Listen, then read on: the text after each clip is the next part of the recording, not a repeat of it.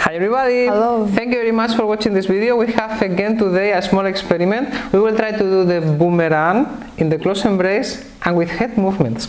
We will start in the parallel system.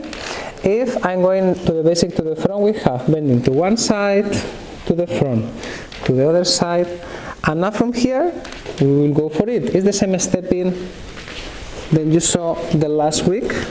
Yeah, continue at the end with the parallel system. So you see the head of the follower is going through the same points and during the same timing. Okay.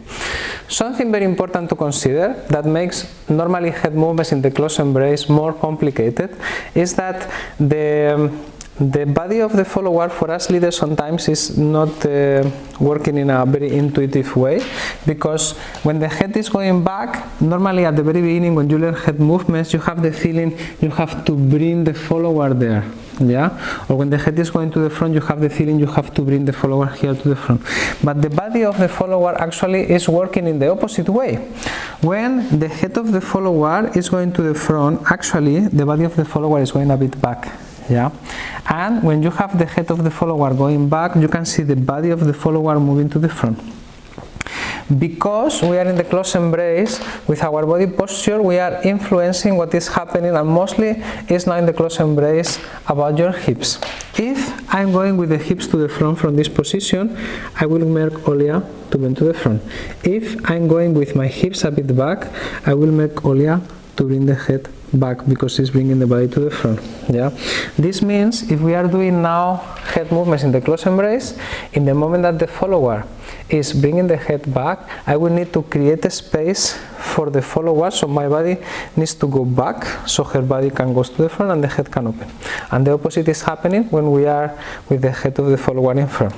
So now, if you remember the stepping that we were doing the last week, which was this one, bringing the follower to the front, then the second step in a second line, pivoting, going again to the other side, to the front and back for the leader.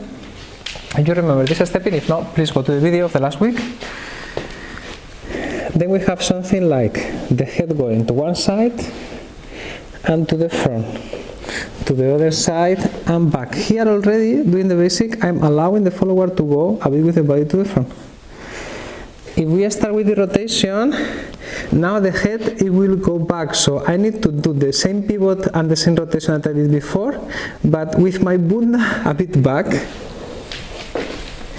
because in that way I can allow the head of the follower to move a bit and the body to move to the front and the head to go back. And then from here I continue rotating the body, and at the very end when I'm going to the basic, you will see that I will be with the hips more in front. Yeah, if we repeat now from this position,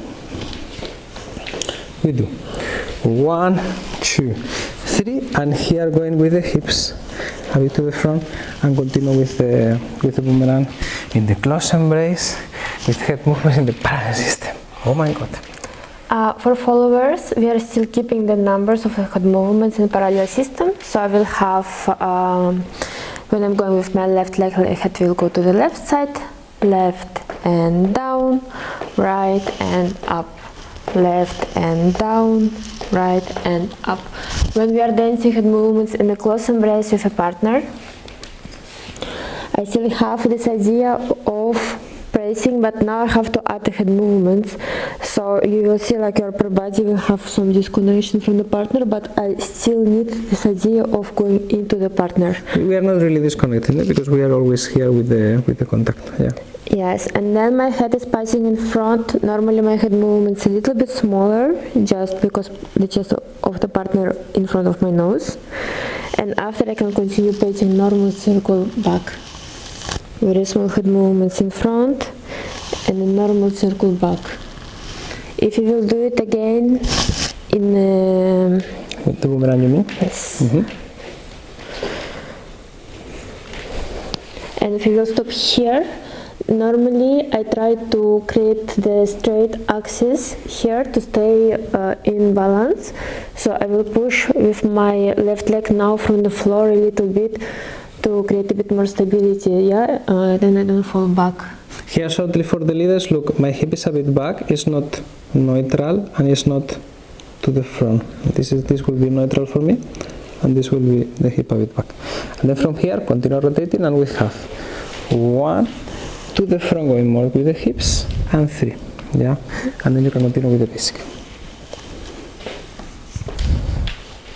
It's okay? Yeah. So, thank you very much. I'll see you in the next video. Bye bye. Ciao, ciao.